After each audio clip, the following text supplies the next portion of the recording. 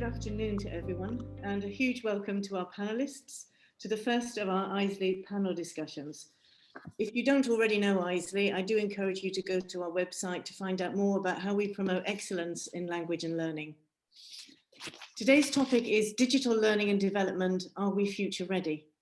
Some questions have already arrived regarding the impact of the pandemic on well-being and how it will affect methodology, assessment, and policies, as well as other areas. We do have some questions already that have been sent in to us, so we'll be starting off and answering those first.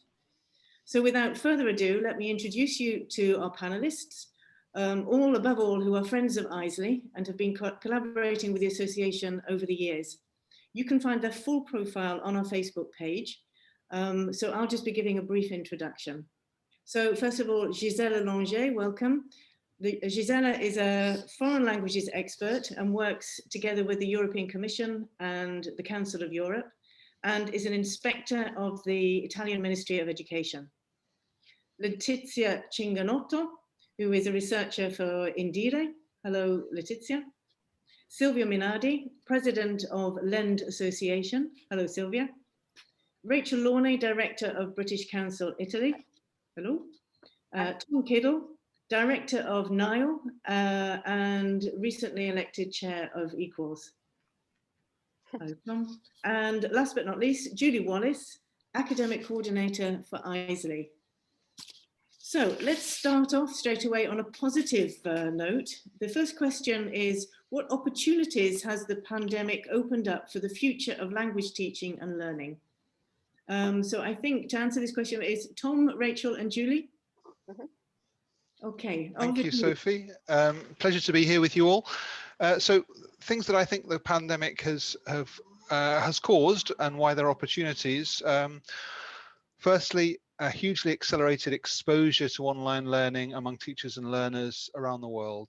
Italy is no exception to this. The fact that we've experienced in at the deep end, often overnight in many cases, we're now in a position to make more principled decisions about what works in terms of resources we can bring to our learners and resources learners can bring to their learning. And I think that's really powerful for us to make those decisions. So we're not just thinking about the possibilities of online learning based on what people want to sell us or based on what people have told us, but we've got much more experience of the practice of online learning amongst the students and amongst the teacher body. Second thing, it has proved that teaching is a truly collaborative profession. We've supported each other in many ways, and I think that's a real opportunity to consider to continue that peer-to-peer collaboration within institutions, in personal learning networks, in other opportunities around connection and collaboration to to support each other as we go forward. And the third thing is I think it's reinforced the idea that teachers are at the heart of education, haven't been sidelined by a move to digital, but have rather been asked to adapt and be flexible, but still be the main focus point of online learning. And I think that's a real positive thing because it's the right place for teachers to be. Okay, thank you, Tom. Thanks. Rachel, would you like to go next or would you like me to go? You go, Julie, that's fine. I'll go after you. Okay, well, I think one of the other things is that technology provides far more than just a textbook. The fact that learners are online gives them opportunities to do research, work together, work collaboratively if they want to do.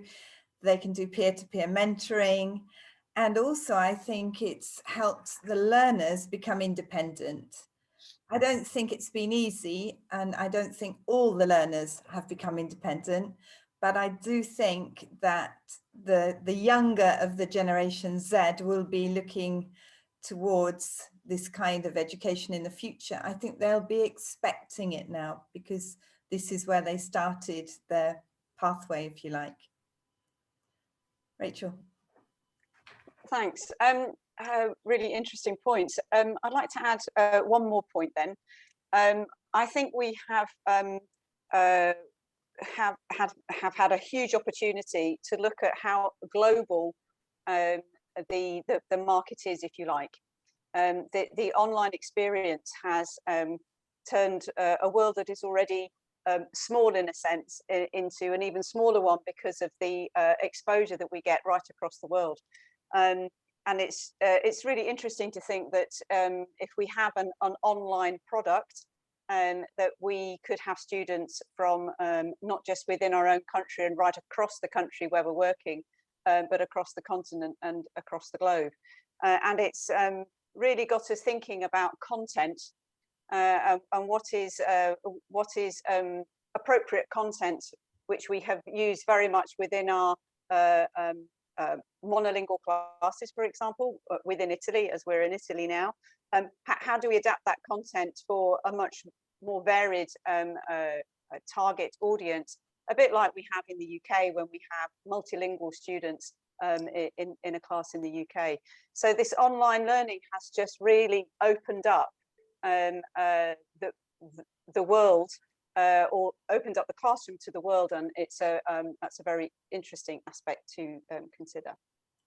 Thanks, Sophie, back to you. Sorry, Julie. Sorry, it opened up the teachers to other teachers around the world too, really. Absolutely. There were opportunities before, but I think this gave a bigger opportunity.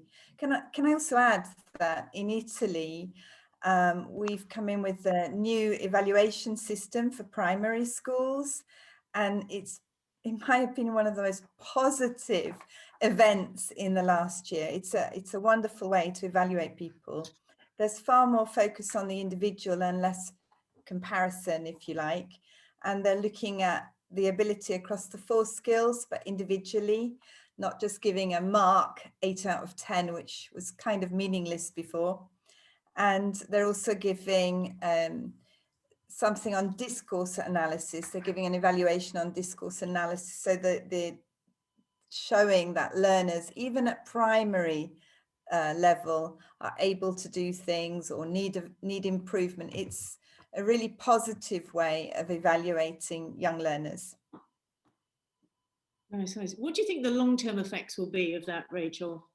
The fact of this global opening, what do you think the long-term effects on teaching and learning will be there? Because theoretically, I mean, now we study locally, so even students are studying locally. I mean, the long-term effects then of potentially being in a classroom permanently with students from another country, that could have quite significant effects on what we're doing in the classroom, couldn't it? You mentioned content. Sure.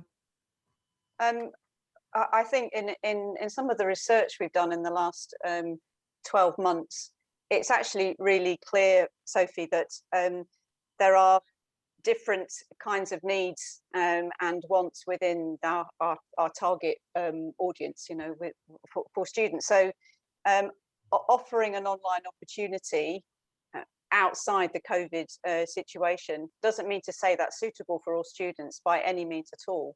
In fact, it's been really interesting at the British Council in Italy that we've had many students signing up for our face-to-face courses, even when they know that they can't actually attend face-to-face at the moment, but they are signing up in the hope that, you know, we will be going back to teaching in the classroom in the near future.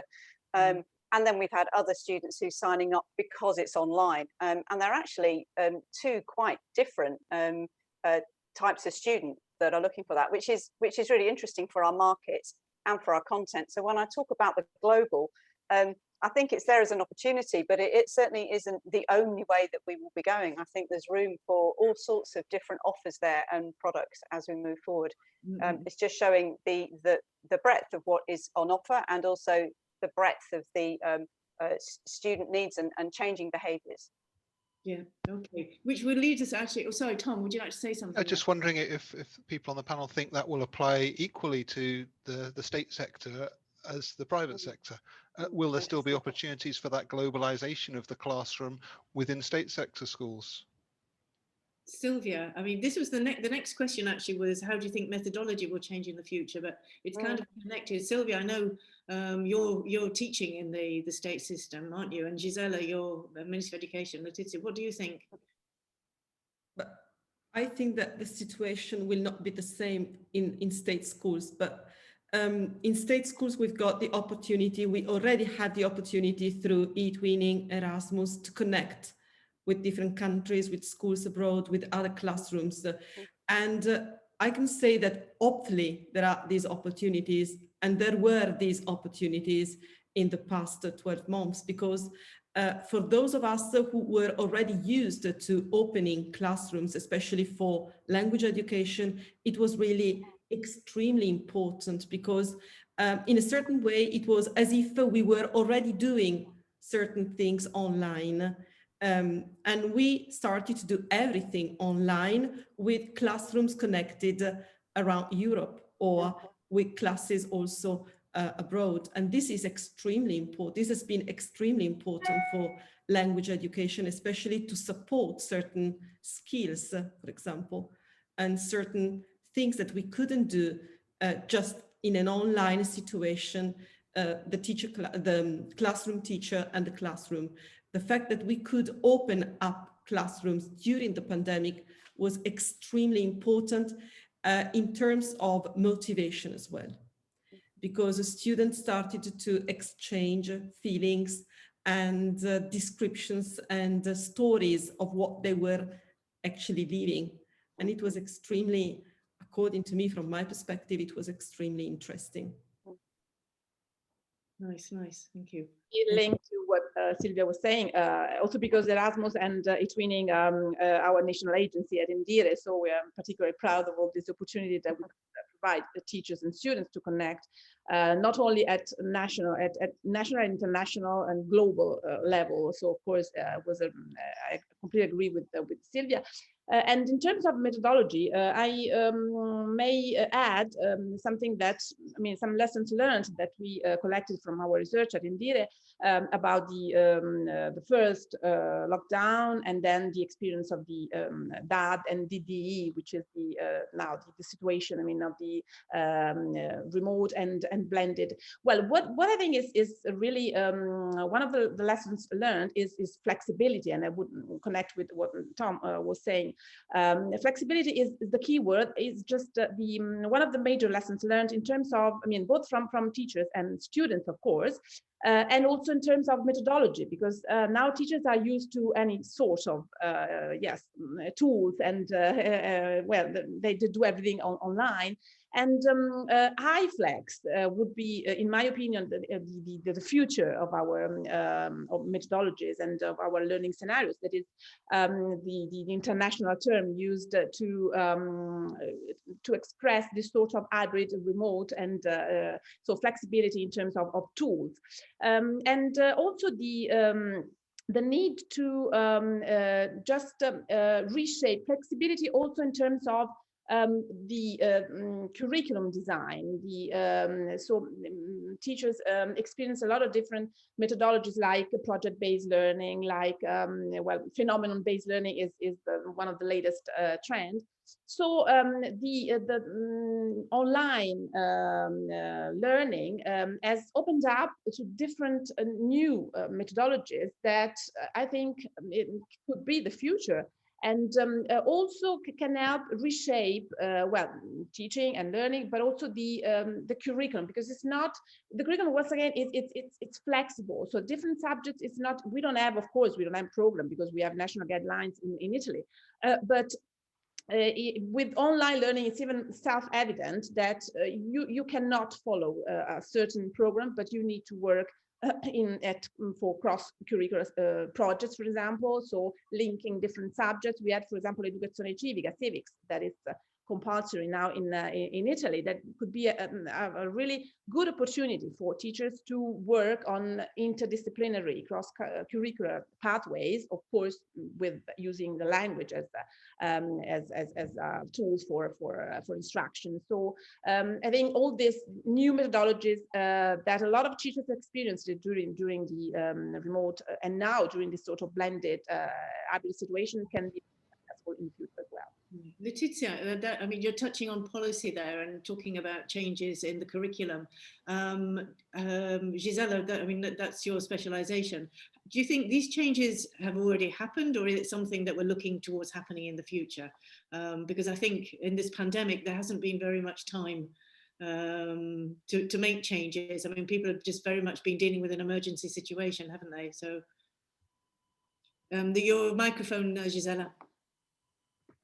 I think that some further consideration should be brought into discussion, which is the fact that there is a silver lining of this pandemic, which is not only involving what is happening in our world as teachers or professionals, but it's also changing all areas of life, generally speaking.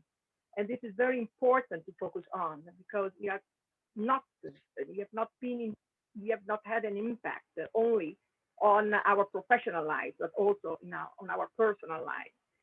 And this comes to the point that values are being much more emphasized in any discussion when at a high international level they are trying to guide some new ways of considering education. I'm thinking of UNESCO, I'm thinking, of course, Agenda 2030, and I'm thinking of a group of experts who is working for OECD and who is suggesting some new trends for political trends, of course, political choices for education. At this purpose, I think that it's becoming more and more evident that global education is at stake at this precise moment. Mm-hmm. And all global trends lead you to a student-centered curriculum, which involves a competence-based curriculum. And there are all sorts of documents that have been produced and are being analyzed, and that, in my opinion, can really suggest new ways of considering education, which is no longer the typical the typical knowledge-based approach. Mm-hmm. And just 1 year ago, exactly in April, we were having a very interesting conference with Fernando Reimers from the University of Harvard. And he is the one who has really produced and is producing quite good documents that I think all schools should take stock at. The good documents are really focusing on how we could develop a global curriculum and how we should try our best to emphasize the typical transversal skills. But we'll talk about transversal skills and language skills later on, I suppose, during this panel discussion. What is really relevant for me is keep in mind that global means multilingualism. Multilingualism means that the way we are approaching our language policies should no longer be one language focus, but more and more multilingual language focus. Okay, yeah. Sophie, could I just come in on that question about methodology? Yes. And link to what Gisela has said, because I think the things that Gisela has brought in there, the importance of a learner-centered curriculum and the importance of competence-based assessment or progress measurement, they are agnostic of the mode of delivery. They are true whether we're learning online, whether we're learning in hybrid flexible mode, whether we're learning in a face-to-face classroom. And I think it's dangerous to have a narrow view of methodology that's somewhere close to the mode of learning and suggest that we need to have different methodologies for different ways of learning or different modes of learning. Because actually in language education, there are lots of parts of our methodology which are not about the way we deliver learning. They're about our beliefs about how languages are learned, about beliefs about how we guide learners to learner autonomy, beliefs about the importance of text-rich exposure and opportunities for practice. And all of these hold true in terms of methodology, whatever our mode of learning is. So I think it's important to remember that not everything changes in methodology when we change the mode of meeting our students. That's an interesting point. And if we're talking about globally as well, if you're talking about culture and you're talking about beliefs, then you have to embrace a lot of diversity there, because I think, you know, across the world, there are going to be a lot of different attitudes and approaches to education.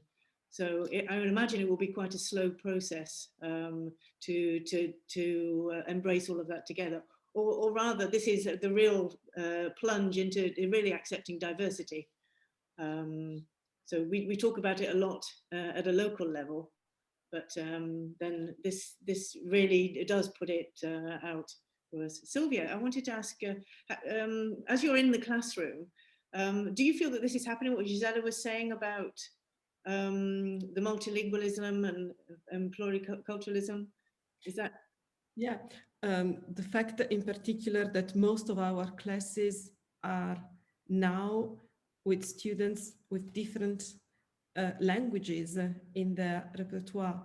I mean, I've got 2 first forms. In one of them, out of 22 students, 15 of them have a language which is different from Italian as the language spoken at home. And they are learning English, French, and Russian. And in this cluster, for example, I've got a student which is learning to write Russian, and you know what I mean in terms of letters and alphabet, but she speaks Arabic, and she writes Arabic, and she speaks English, for example, with many of us, because she is more fluent in English than in Italian, for example. And this is an extraordinary opportunity that the class has. I mean, all of the other students in this class are learning strategies, because she's often telling them how she passes from an alphabet to the others. And if this is something that I tell them, they may be listening. But if it's one of them who explains how to do this, how to deal with this problem, how to tackle with vocabulary, for example, it's different, it's totally different. So I think this is one of the opportunities we have. The fact that our classes are no longer, maybe they have never been, but anyway, it's clear that they are no longer monolingual.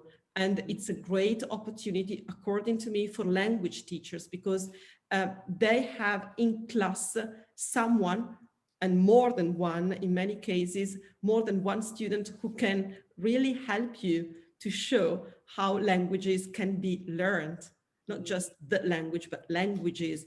And it's an extraordinary experience from a teacher's point of view. I may connect to what Silvia was saying, because we are just developing a project, and Gisela is, of course, is following us at Indire on a sample of schools where we are experimenting a method that is called LT linguistic diet that was created by some linguist and neuroscience in the UK, and is also mentioned by the Council recommendation on a comprehensive approach to the teaching of languages. That is just a specific method enhancing home languages, so plurilingualism in classes, so working on particular learning scenarios with different activities, or working on the school landscapes, where the switch from the target language, the home languages, is continuous activities throughout the curriculum, all the different subjects. So it's something that we are now experimenting with a sample school in Italy, and we also presented it at Didacta, our education affair, in just a couple of weeks ago, and Gisela is following us, so we can tell you more. Yeah, Gisela, you wanted to add something there. Yes. Okay. Thank you.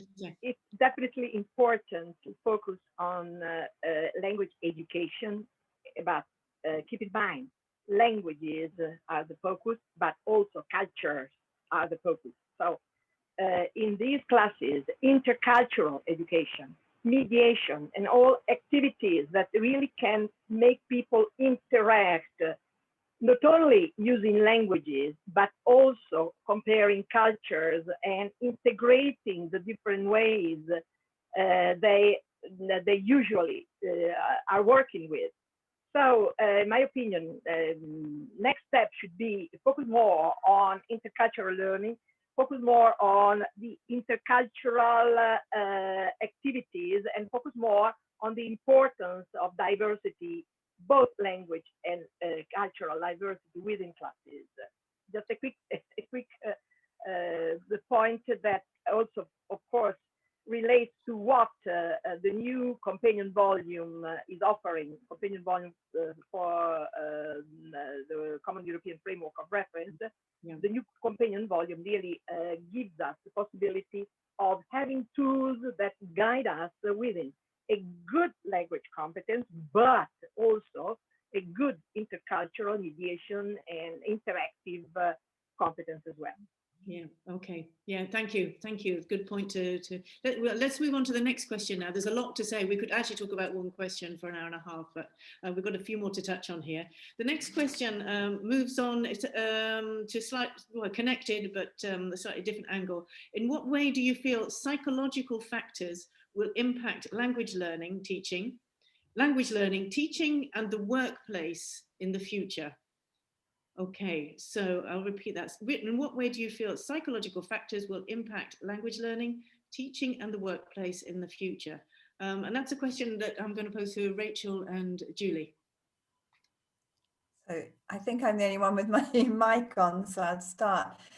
I think I'd like to come back a moment to what Gisela said about global learning. I think, unfortunately, that this pandemic has given us opportunities to include everybody, but the opportunities have been there, but unfortunately it's been exclusive. It's not just in Italy. I think it's happened all over the world, because we have kids that don't have access to a good connection. They don't have access to technologies at home, or you have complete families when families are at home with perhaps one computer between 4 or 5 people if parents are working at home too. So unfortunately, on this one, I'm a bit bleak. I do think in the long term, the younger part of Generation Z, you know, the 8-year-olds and upwards, will be very good at adapting to technologies. But I also think they have lost out, really lost out, for a number of reasons. And I think children with disabilities have lost out. It's not been inclusive. It should have been, it could have been, the opportunities were there, but it has definitely not been inclusive. And it's widened the gap, the education gap, and I think the economic gap too. Actually, there's a really good piece of research done by the European Centre for Economic Policy Analysis and Affairs, and they also point to the problems of depression, which have increased over this period. Yeah. And I think that is a result of a lack of social contact. Children learn from each other. They need to be learning in a social environment too, not just online. I'll go over to Rachel because I might get too bleak. Thanks, Julie. No, it's a really important point. And following on from that, crucial points that children need socialization, and to socialize, to learn, so do adults, and so do teachers. And so I wanted to reflect a little bit on the impact, the psychological impact of the workforce, so of our teaching staff, and then colleagues beyond the teaching. You know, we're all in schools, and it's not just teachers. We have a whole range of colleagues who do different jobs within our organizations. And I think that the pandemic has had a significant impact on well-being. In some ways, it has been very positive for some people. You know, for example, we've done a couple of staff surveys at the British Council, and you know, some people have really appreciated the more time to dedicate to family, to their own life, their own free time, because they haven't had to commute. They've been able to be more flexible with how they have approached their work and so on. And then we have, you know, the flip side that Julie's referred to, which is not having the right equipment, working from a very, from a small space that's a shared space. We've had colleagues who felt very, very lonely because they live on their own, for example. And so it's a very, if we kind of think about the workplace and the future of the workplace, when we go back to, or we go towards a different way of working, but beyond the point we're at now, where most of us work from home, we've been asking ourselves the question, well, what is the workplace for? We have seen that we can actually do everything at home. We can even teach full-time from home. We don't even need a classroom to be able to do that. And all the other jobs that we do in terms of administration can also be done remotely. So if we go back to, or when we go back to face-to-face, in presenza, as we say in Italy, then of course the classroom is quite clear what that brings, all that socialization. It feels like the preciousness now of being together is very palpable. What does it mean though for all the other jobs? You know, we actually then need a place which provides that opportunity to innovate together, to meet with each other, to physically have exchanges, dialogue, conversation, and so on. But we really need to think about what the workspace is for, because actually just going to work to switch on your laptop and do all those tasks, you actually don't need to do it anymore. So it's a very interesting question to think about, what positive we can bring to each other as we move forward with that kind of with the physical workspace. I'll pause there. Yes, and how we can make the best of both worlds, actually, how we can get the best out of each aspect. There were lots of raised eyebrows when you were speaking, Rachel. I don't know if you noticed. No. There were some raised eyebrows when you were talking about being able to do everything online. The Sylvia's eyebrows were good. Well, that's all about the debate. Sylvia, come in. Yeah. Well, about the psychological aspect, things really are still in this country, in our schools, very, very difficult, particularly because many teachers have not really been changing the way they teach. I'm sorry to say that, but the typical way a teacher has in the classroom, in some cases, has been transferred to the computer line, online assisted learning, and so on and so on, unfortunately. This means that in many cases, we have face-to-face lessons and not any interaction which is vital for a situation such as the one we are living now. And what is more terrible is that much of the time is spent testing children. Yeah. That is, interrogazioni via online. I'm sorry to say that, but I've got different parents and of course some teachers as well complaining about a typical way that, I'm sorry to say again, in many Italian classes happens. And a research some time ago said that 60% of the time in our classes is spent testing the children, testing the students. This means that there are still ways that are not up to date and that are not correct. And of course, you have a terrible situation and you have an uneasy situation. And again, children and students are not in the possibility of really being psychologically supported. That's why, in many cases, the new trends suggest to focus as much as possible on social emotional learning. And if you visit any particular website in the United States, you find that there are all sorts of activities suggested to teachers that try their best to make them understand that if they go on using the online or even the face-to-face activities with a traditional way of teaching, knowledge-based and so on, and face-to-face and so on and so on, that is not the way our children are going to really be supported. And needless to say, the dropout rate in this country will definitely increase. So my concern is to really make teachers aware that you cannot really punish your students because they have not learned. And your fault is that you're not being able to make them active, and you really create the possibility of letting them express themselves and develop. Okay. Yes. Okay, very good points there, Giselle. I'm very glad that you said all of that. Julie, would you like to?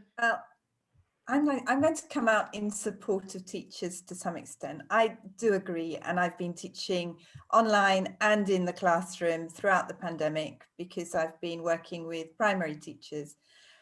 But I the reason I'm going to come out in support of them is I don't think they've had the training in the past to work on student-centered lessons. They haven't had the training. I know it's out there and I know they can access it, but in the last year, it's just been a struggle for them to get online. And then a second criticism I would have is the choice of tools. Most schools in Italy are using Google Meet.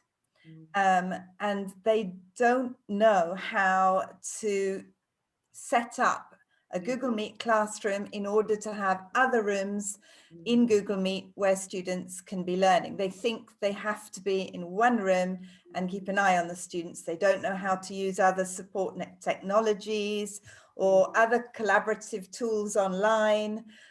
They don't have that knowledge. They simply don't have that knowledge, and the choice of tool, unfortunately, has made it worse. But it's what I've seen has been incredibly frontal. And in the classroom, as you say, Gisela, a lack of support and a lack of understanding, because unfortunately the teachers are stressed. They're really stressed and they're thinking of themselves, and they're not really noticing the children. I have children who no longer speak. I don't mean in English, they no longer speak because they've lost the ability to socialize and speak in the classroom. So even when I do learner-centered lessons, it's difficult to get the kids to speak. Thank you, Julie. I think what I'll do now, this will lead us on actually to the next question, because I know Tom has to go in 15 minutes. The next question, Tom and Sylvia, what most worries you about the current and future state of language education? So I think this last discussion, it kind of leads on naturally into this. Okay, can I? Okay. First of all, I'd like to say something about, I expect the future, when we go back to a post-pandemic situation, I think the future will be blended, as we have already said. I do not think that we will go back to what we can now call traditional pre-pandemic. There will be some sort of blended learning. And when I say blended, I mean there must be some meaningful combination of online and distance learning. I think so, I hope so. And when I say meaningful, I mean, as a teacher, I'd like to be in a way aware of all of the opportunities I can have when I want to use a tool or a strategy. And this is something that we have had to learn by ourselves. I mean, as a teacher, I've never been trained to going online, to teach online, and I have had to learn with my students how to do this. And exactly from one day to the next, because we have had to move online all of a sudden. As to the future, I think that we all know the survey which was carried out last summer in 5 European states, Italy included, which led to the European Digital Action Plan. And the 5 most important points which were stressed by the survey included teachers, students, school leaders. What came out were, first of all, the great question of a digital divide that Julie has already mentioned, so these inequalities. The second point was digital literacies. We are not trained, but students sometimes are more, maybe they can find solutions faster, but we can't say that they are digitally literate. So they need, for example, to be able to learn how to use the platform we want to use when teaching. Monitoring students' performance during remote schooling is really a problem, a challenge. Students' well-being, as we have said, and teachers need support. It's true that we have been considered heroes and things like that. But it's also true that we have been left in many cases alone. So the European Digital Action Plan really underlines the need for investments in the digital, pedagogical, social, and emotional competencies, both for learners and students. And I hope that this will be the way into the future. Okay, thank you, Sylvia. Thank you. Yeah, I couldn't disagree with anything Sylvia said there. I'll focus in, if I may, on the future of language education and my concerns about that, because I think everything that Sylvia has said is true of education generally. I think what concerns me and my nervousness about the future is a narrowing of the curriculum based on what can be measured rather than what's the breadth that we want to explore. Gisela pointed out very clearly to the great value that the CEFR revision has brought to the mediation descriptors. Unfortunately, not unfortunately, but unfortunately for some people, those mediation competencies are very difficult to measure in a standardized, objective way. And I worry that they'll be overlooked by, let's see what we can test and what we can test online and what we can test with artificial intelligence. And that will lead to a narrowing of the curriculum. I think that will be a very sad thing. I think we need that breadth in recognizing things that can't necessarily be measured objectively, that are based around a teacher's role to evaluate rather than a machine's role to evaluate. And I think there's a potential danger that there's a marginalization of teachers because we put too much weight on the things that can be measured and the things that computers can tell us about the what of students, the knowledge that Gisela also mentioned, rather than the why of what's strengthening or hindering language learning. So that those are my fears: the marginalization of teachers and the narrowing of the curriculum to what we can measure. Interesting point. Would anybody like to make an extra comment about that, Gisela? Well, about future measurement, I think that, of course, language assessment will still proceed in a certain way, but generally speaking, we are moving towards a more transversal way of assessment and evaluation.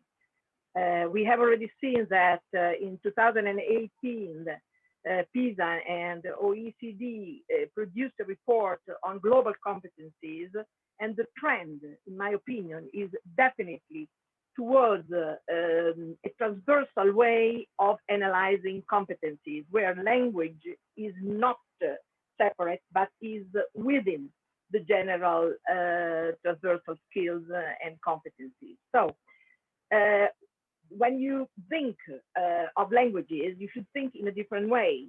There will still be some testing on some typical language aspects, but in the future, in my opinion, assessment and evaluation will focus more on project work that students make. And for example, even at the Council of Europe level, they are suggesting new ways of offering students the possibility of making a choice of a problem-solving activity, see how this activity is being developed by the student, and then evaluate with the student what is being done. What I want you to understand is that we must really envisage a completely different way of evaluating and assessing our students.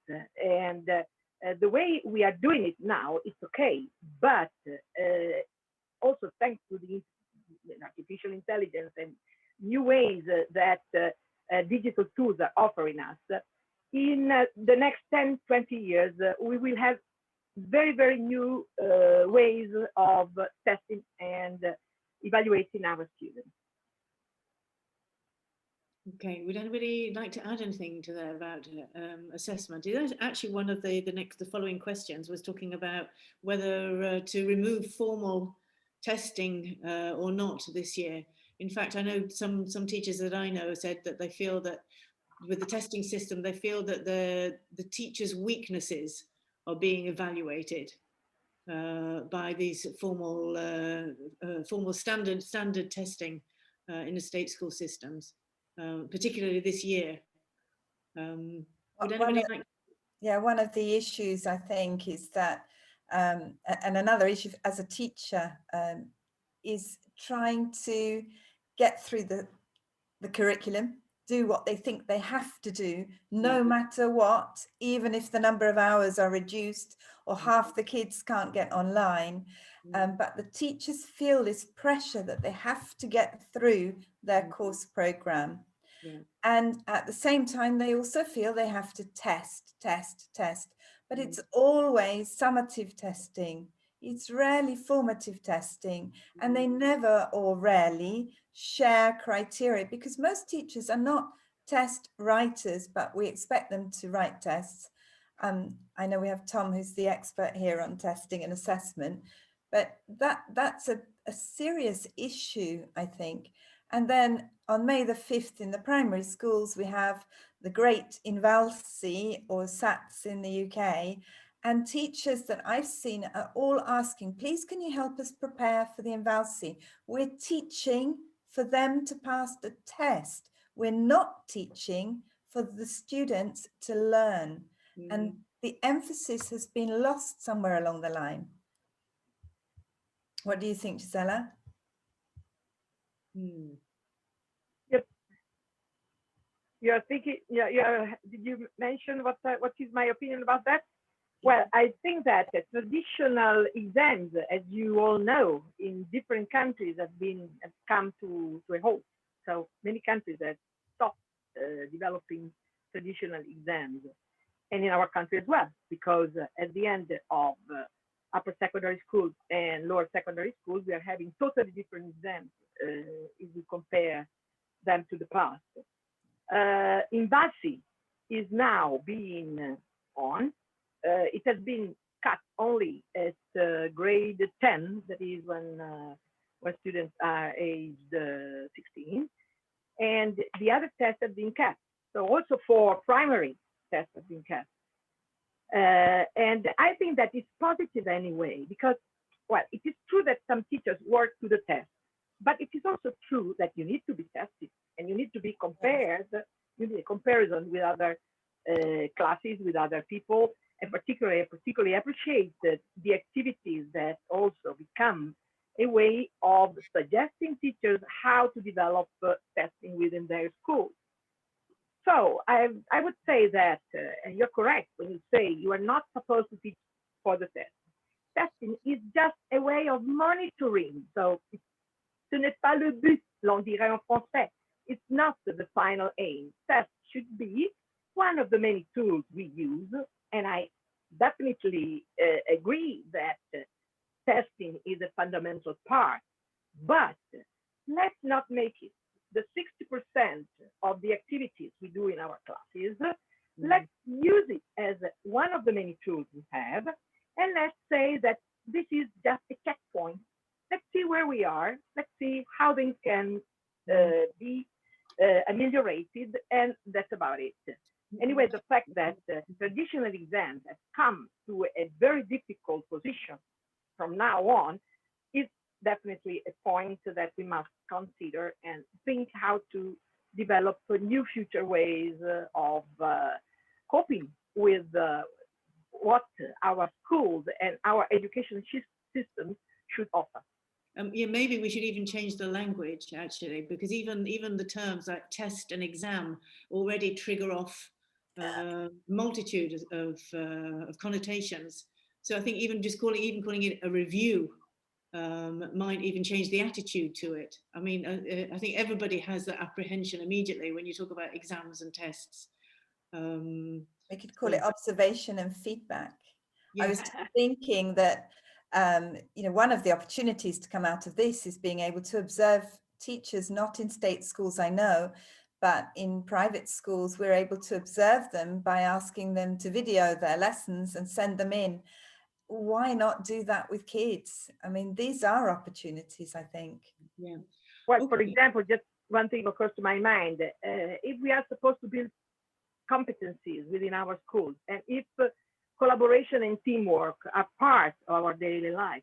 Why not having exams where teamwork, and that is groups of students, develop some explanations of the work they have been doing and interact? I mean, the typical face-to-face exam should somehow have a change within the next future. And in New Zealand, for example, I've heard of interesting experiences, and also in Finland as well. And well, new considerations will come up, in my opinion, Great. thanks to the pandemic. One thing which has not been mentioned in this conversation is the fact that global communities, global scientific communities, global education communities have really been the output of this crisis. And if I had been working on a global level at 10%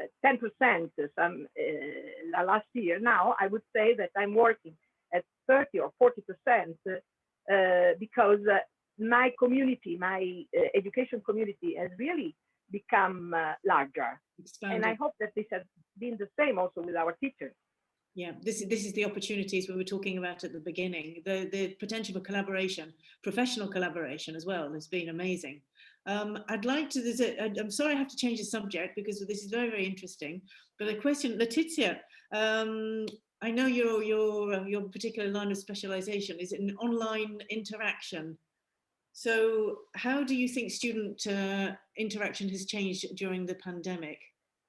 Yes, online interaction is one of the new descriptors of the companion volume to the CFR, and we've been working with Gisella at well, before the pandemic on a project in Italy, and we published just a volume last year about this pilot project on students and so teachers observing and so monitoring and assessing online interaction through projects like Utwini, Erasmus, and other exchange programs. And of course, it was quite new at the time. It was in, the pilot project started in 2017 and 18. So it was just with the provisional version of the companion volume. So now, of course, online interaction is the normal way our students interact. And we launched a survey with Indire and with the Ministry of Education, with Gisella and Brian Norse and Rica Piccardo, among the authors of the companion volume. And we had about 1,200 respondents. And we asked teachers some questions, particularly on this topic, addressing this topic. So online interaction, how they could, take this opportunity of the pandemic, of the lockdown, of the remote teaching and learning to observe and monitor and assess their students' online interaction. And well, the results, we're still working on the reports. It's not published yet, but are quite encouraging. First of all, because it turned out to be a sort of discovery for a lot of teachers, because a lot of them didn't know the companion volume at all and the online interaction at all, and there was a sort of a discovery of a new dimension. So a sort of new skill, something like more than going beyond the listening, reading, and writing and speaking, of course, using the language online. So the pandemic gave the opportunity to entirely focus and on this way of communicating, of using the language through the social network, also using informal, because we know that a lot of students and a lot of teachers use WhatsApp, for example, even if it's not, of course, the best way, but at the beginning, especially during the first lockdown, and in particular in primary and pre-primary, they had to create a WhatsApp group with the parents to communicate and to, get in touch with the students. So it was a sort of discovery that what is relevant is also first of all, among the outcomes, among the results, is the fact that they found that the students were improving the use of the language, the appreciation of the social network, of the digital channels, and using also a different variety of the language. For example, talking about English, we all know the Net Speak by Crystal and all this wonderful features about what is the Net Speak, and so this is another great discovery of a new English, let's say, for also for a lot of teachers, because they found out that students use acronyms, use all this sort of emoticons in combining the typical features of NetSpeak, of using English online. And so this was really interesting, and but we'll publish the report soon. Okay, interesting. Tom, I know you've got to be going soon, so would you like to make any comments about what Letizia is saying? I was thinking sorry.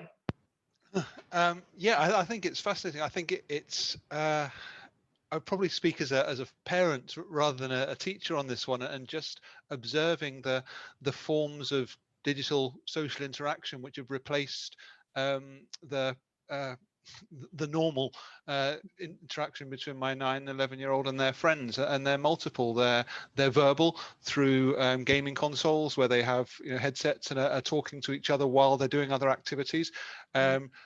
Incredible language use there, and terminology and words that I have no idea what they mean, because they're very topic specific to the kind of game they're playing. But also the WhatsApp groups have really been their lifeline, and it has been their form of socialization. I think the language development, observation opportunity through that are too rich to ignore. Certainly communication did intensify over the pandemic, particularly at the beginning. I think we were constantly connected, and it seemed if people didn't answer you within 10 seconds, like everybody went into a bit of a crisis. So I think communication, the interaction definitely has changed. And I think also going back to also well-being and mental health, I think the interaction is very much affected by how much time that students are connected. I mean, I teach a couple of groups, and in the evening, and they've already been online for 6 hours. So obviously when they get to my class, their interaction is going to be slightly different from when they started at the beginning of the day.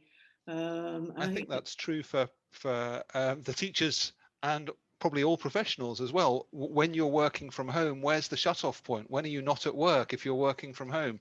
And I think that expectation of online presence, that expectation of response, really needs to be managed very carefully when we ask teachers to work online.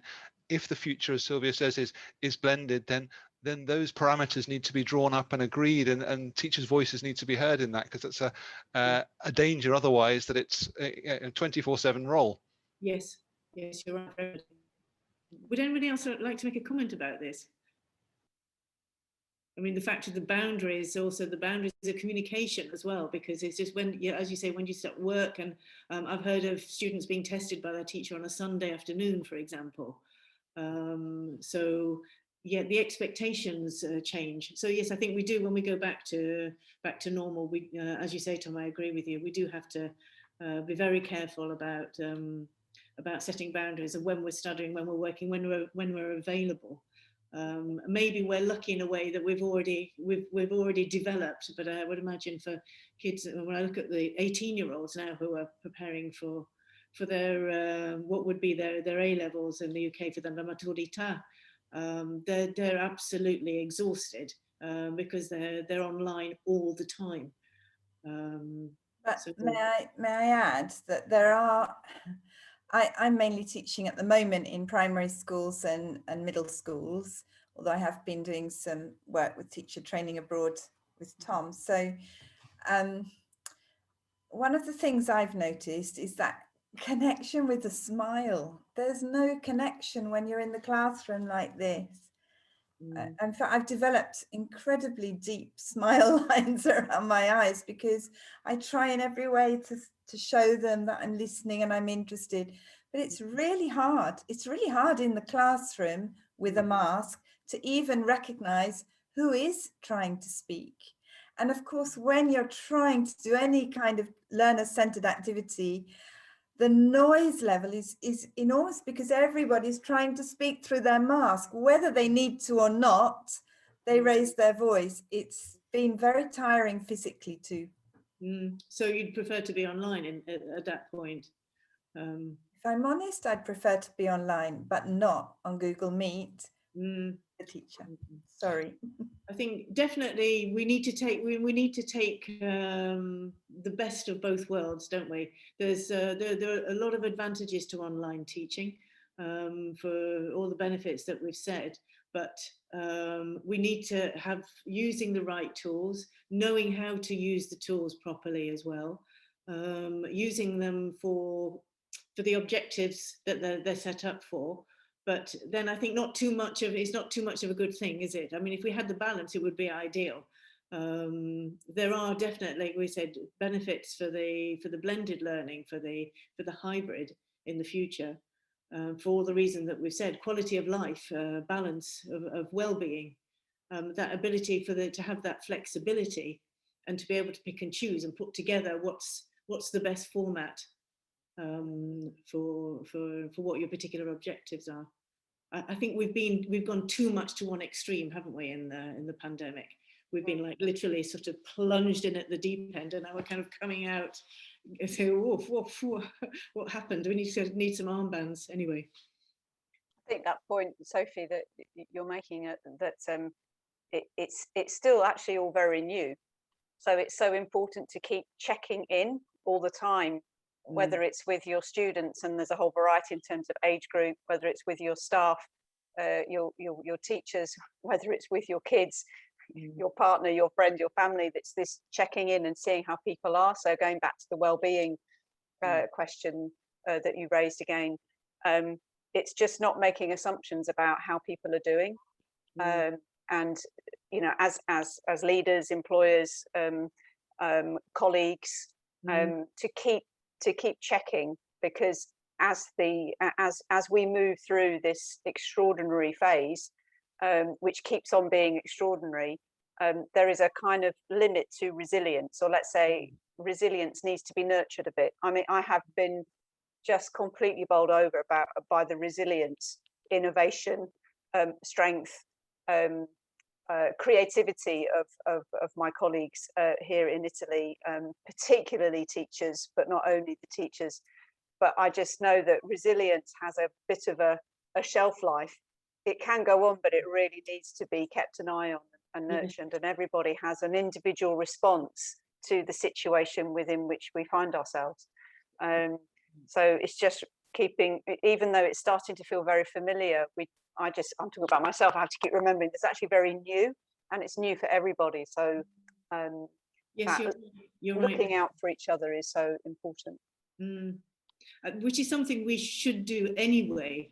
It's been particularly highlighted now, and so it's really developed. I think we've heightened our awareness of our own well-being and other people's well-being, because it's a shared. I've noticed, whereas maybe in the past, where somebody's having a bad time, you can turn to somebody else because somebody else has got something to give.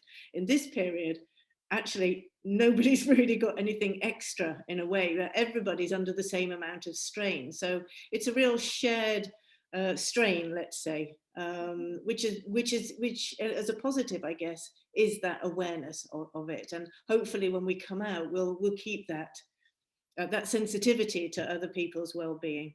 Hopefully. We're kind of drawing to an end, and that's a kind of positive thing that you were talking about. We wanted to end with everybody just to give a very brief comment on what have you learned from this recent online experience during the pandemic. So just one thing that you have learned, a kind of takeaway for anybody who will be watching eventually this panel discussion. So something you've learned. A little time for reflection. A takeaway. I'll start if you like, Sophie. Okay, thank you, Rachel. It's not very original, but that old saying that necessity is the mother of invention. I think that, and it's maybe repeating a little bit what I've just said, but just learning how incredibly quickly we can adapt if we need to, and how fundamentally creative and innovative we are, and we can really do things very fast. How we make that sustainable is another question, but I think the ability to adapt and innovate and be resilient is something that I have learned a lot about in the last year. Yeah, making it sustainable, maybe. I mean, because that is under pressure, isn't it? So yeah, that is. Yeah, that's the next stage. Okay, thank you, Rachel. Lovely. Would anybody else like to? Let me jump in, Sophie. I will use another phrase which I think sums it up for me, which came up during the pandemic, and that's that it's important to be present rather than perfect.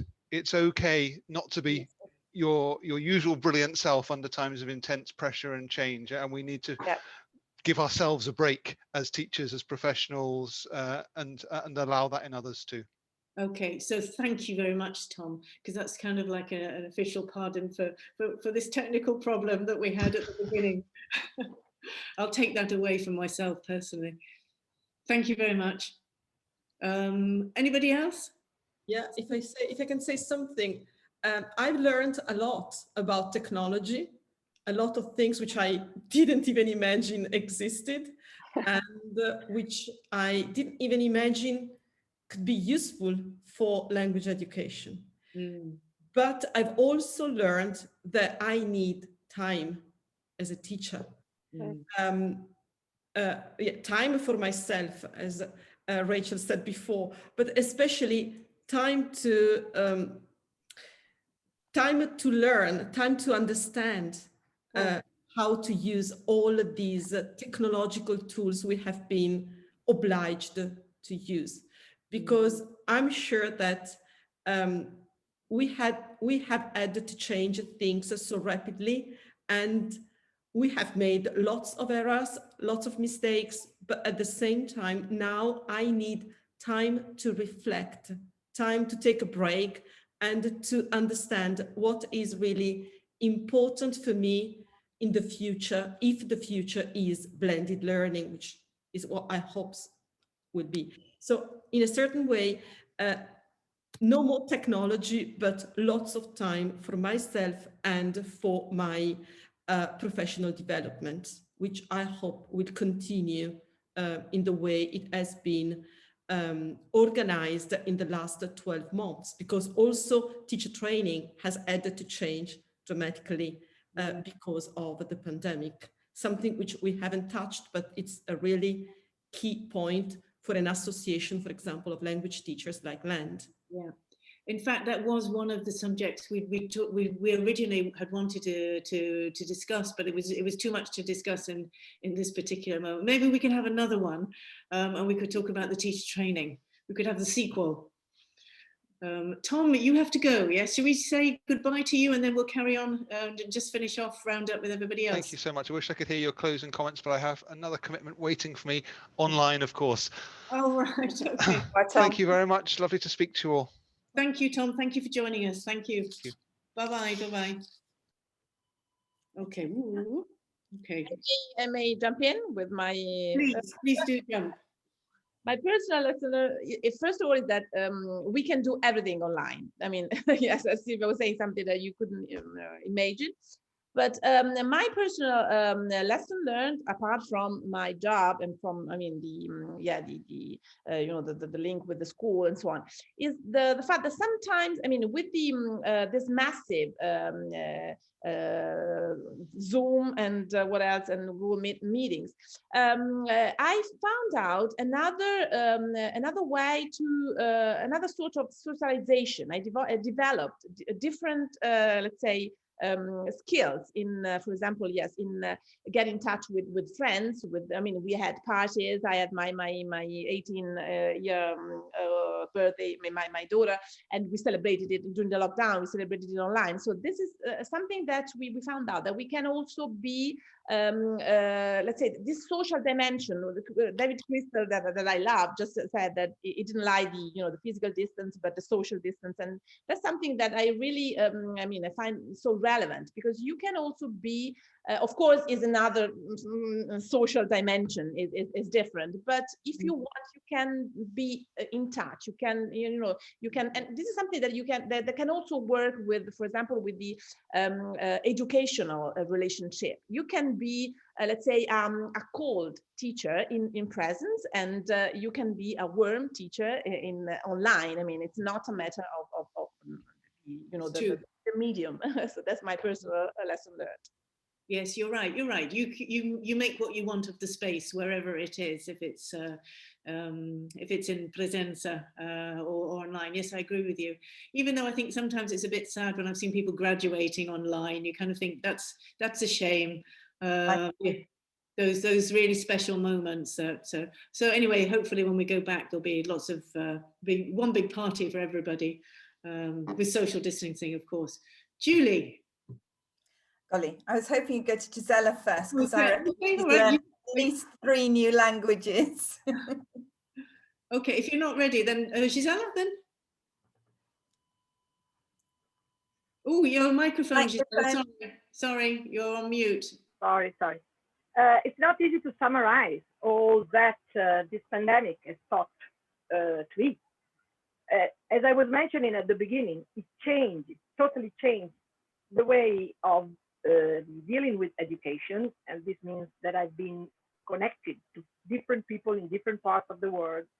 And with them, we have been producing documents, we have been discussing, we have been making suggestions at different levels with different international bodies.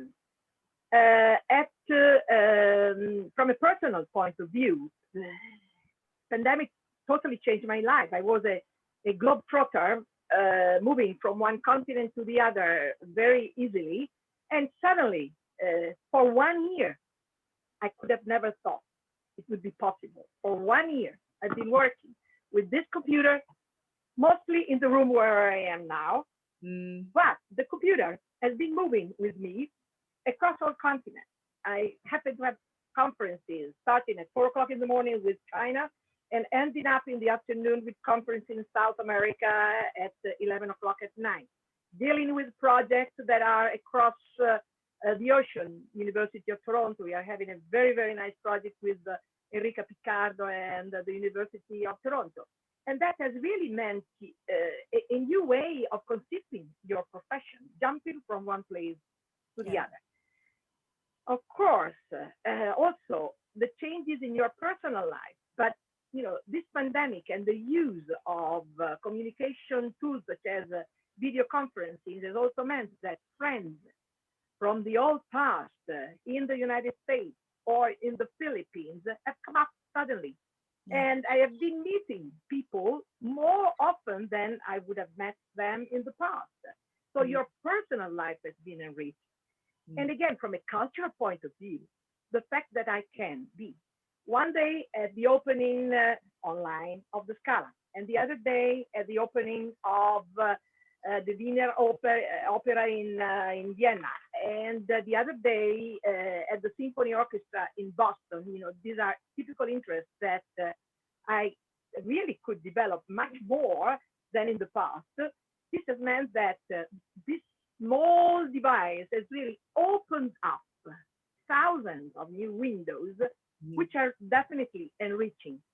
The problem is how, as a policy maker for languages and intercultural activities, how can I make the other people, particularly students, particularly young people, to really profit out of this situation? And I think that, what I was mentioning about the student-centeredness and the fact that we really should make them more protagonists of what's happening now and what will happen in the future is what should really be dealt with. So let's hope to have a next chapter and see how students can really profit and not feel, because believe me, I have so many complaints coming up from parents and teachers and the head teachers and so on. How can we really make the people be happy with the computers, with the distance learning, but having a better way of life at school as well? So Yes. next step. Yes, thank you. Which brings us back to well-being again, doesn't it? Yeah. Thank you, Gisela. Kind of where I was going to go. Well, I've learned loads and loads. I've learned that YouTube, I can do absolutely anything I want. All I need to do is look up and find out how to do it. I've learned how to garden, which I've never done before, because like Giselle, I've never spent more than 2 weeks at home. I've learned how to cook things I've never done before. I've learned how to lose weight. I've learned how to macrame, how to knit. I've learned so many things, but I've learned something really, really hard, which is that I can't be there all the time. As you know, I also run my own language school, and in AISLi, I'm the educational consultant, the academic consultant, and I'm used to being in the role of supporter. And I've learned that I need my friends to help me too. Yes. Yeah. My professional friends have been amazing, my family and my friends, but really the best thing for me during the pandemic is every time I get into a classroom again. It's just fun and exciting. Yeah. But thank goodness I've had such great professional friends around to support me. Yeah, I think, a network, a support network has been fundamental, hasn't it, over the past year? It's something else we've come to appreciate. The people around us and being there for other people as well.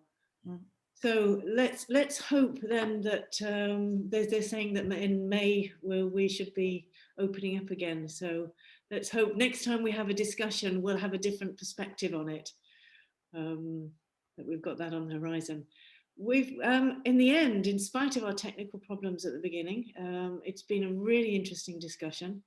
I think we've just touched the tip of the iceberg on quite a lot of subjects there.